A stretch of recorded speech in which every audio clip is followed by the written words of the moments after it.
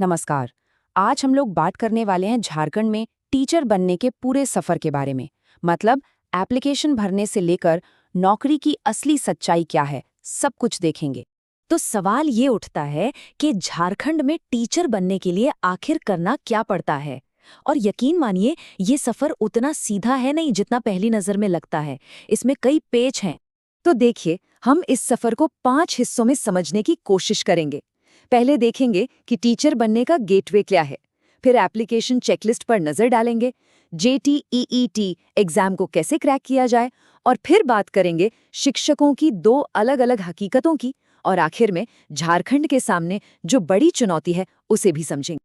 तो चलिए शुरू करते हैं पहले पड़ाव से, झारखंड का टीचर गेटवे। तो ये जेटेट आखिर है क्या? देखिए, इसका पूरा नाम है झारखंड टीचर एलिजिबिलिटी टेस्ट। आसान भाषा में कहें तो अगर किसी को भी झारखंड के सरकारी स्कूलों में क्लास 1 से 8 तक पढ़ाना है तो ये एग्जाम पास करना ही पड़ेगा। ये पहली और सबसे जरूरी सीढ़ी है। ठीक है, अब आते हैं दूसरे स्टेप पर, यानी आवेदन की चेकलिस्ट। तो कौन कौन इसके लिए अप्लाई कर सकता है? कुछ जरूरी शर्तें हैं। पहली, उम्र 21 से 40 साल के बीच हो। दूसरी, 12वीं क्लास में कम से कम 50% मार्क्स हो। और तीसरी, बीएड या डीएलएड जैसी कोई प्रोफेशनल टीचिंग डिग्री जरूर होनी चाहिए। अब जरा फीस पर भी नजर डाल लेते हैं। अगर कोई जनरल, बीसी या ईडब्ल्यूएस कैटेगरी से है तो दोनों लेवल के लिए 1500 रुपए देने होंगे। वहीं एससी, एसटी और दिव्यांगों के लिए ये 800 रुपए है, और आदिम जनजाति के लिए और भी कम, सिर्फ 600 रुपए। और ऑनलाइन अप्लाई करने का प्रोसेस भी काफी सीधा साधा है। जैक की ऑफिशियल वेबसाइट पर जाना है, जेटेट 2026 के लिंक पर क्लिक करना है, खुद को एक नए कैंडिडेट के तौर पर रजिस्टर करना है, फिर अपनी सारी पर्सनल डिटेल्स भरनी है, जरूरी डॉक्यूमेंट्स अपलोड करने हैं, और आखिर में फीस पे कर देनी है। बस हो गया। चलिए अब बात करते हैं तीसरे और सबसे अहम पड़ाव की, JTET एग्जाम को क्रैक करने की। JTET में देखिए 2 लेवल होते हैं। लेवल 1 होता है क्लास 1 से 5 तक के टीचर्स के लिए, और इसका सिलेबस 10+2 लेवल का होता है। वहीं लेवल 2 है क्लास 6 से 8 के लिए, और इसका सिलेबस ग्रेजुएशन लेवल का होता है।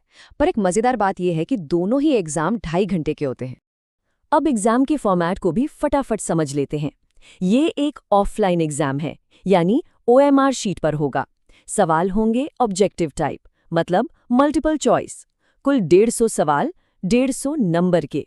और सबसे बड़ी राहत की बात यह है कि इसमें कोई नेगेटिव मार्किंग नहीं है। अब तैयारी कैसे करें? जागरण जोश की एक रिपोर्ट कहती है, और ये बहुत ज़रूरी बात है, कि जेईटी के पुराने क्वेश्चन पेपर्स को ज़रूर सॉल्व करना चाहिए। इससे एग्जाम में किस स्टैंडर्ड के सवाल आते हैं इसका बहुत अच्छा अंदाज़ा लग जाता है। तो ये तैयारी का एक बहुत ही अहम हिस्सा है। ठीक है, तो मान लीजिए एग्जाम पास हो गया। अब क्या? यहीं से कहानी में एक नया मोड़ आता है। अब हम बात करेंगे चौथे चरण की, शिक्षकों की 2 अलग-अलग हकीकतों के बारे में। क्योंकि एग्जाम पास करना असल में तो कहानी की बस एक शुरुआत है। देखिए, झारखंड में टीचर्स की 2 अलग-अलग दुनिया है। एक तरफ है रेगुलर टीचर और दूसरी तरफ है कॉन्ट्रैक्ट टीचर।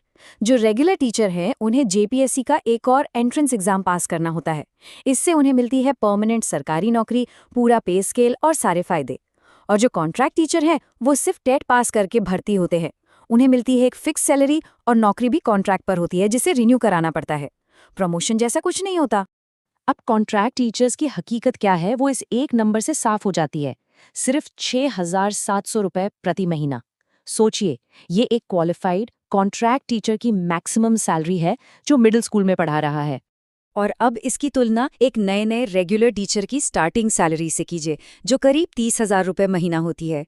काम लगभग एक जैसा, लेकिन सैलरी में जमीन आसमान का फर्क। ये फासला वाकई बहुत बड़ा है। ये जो फासला है ये हमें हमारे 5वें और आखिरी हिस्से पर ले आता है, झारखंड की टीचिंग की असली चुनौती, यानी कि पूरी बड़ी तस्वीर।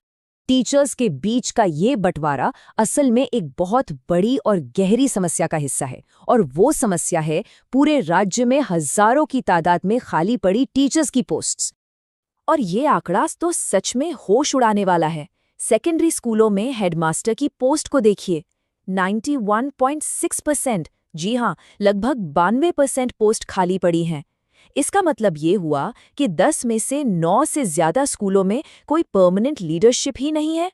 तो आखिर ये सब हो क्यों रहा है? इसकी कई वजह हैं जो पूरे सिस्टम में फैली हुई हैं। जैसे कोर्ट केस और विवादों की वजह से भर्ती में सालों की देरी हो जाती है। टीचर्स के ट्रांसफर के लिए कोई एक जैसी स्टेट लेवल पॉलिसी ही नहीं है। ज़्यादातर टीचर्स शहरी इलाकों में पोस्टेड हैं, जिससे गांव के स्कूल खाली पड़े हैं, और कॉन्ट्रैक्ट टीचर्स के लिए रेगुलर होने का कोई साफ रास्ता ही नहीं बनाया गया है। तो कुल मिलाकर जब हम इन सभी आंकड़ों और पॉलिसीज़ को देखते हैं तो एक बात साफ होती है, झारखंड में टीचर्स की जो वर्किंग कंडीशंस हैं वो बहुत ही कॉम्प्लेक्स हैं। यहाँ मौके भी हैं, लेकिन चुनौतियाँ उससे कहीं ज़्यादा बड़ी हैं। पूरा सिस्टम एक बड़े प्रेशर में काम कर रहा है। तो आखिर में हम एक बड़े सवाल पर आकर रुक जाते हैं। जब हजारों की तादाद में टीचर्स की पोस्ट खाली है, तो झारखंड के स्टूडेंट्स का भविष्य कौन संवारेगा? ये एक ऐसा सवाल है जिसका जवाब ढूंढना बहुत जरूरी है।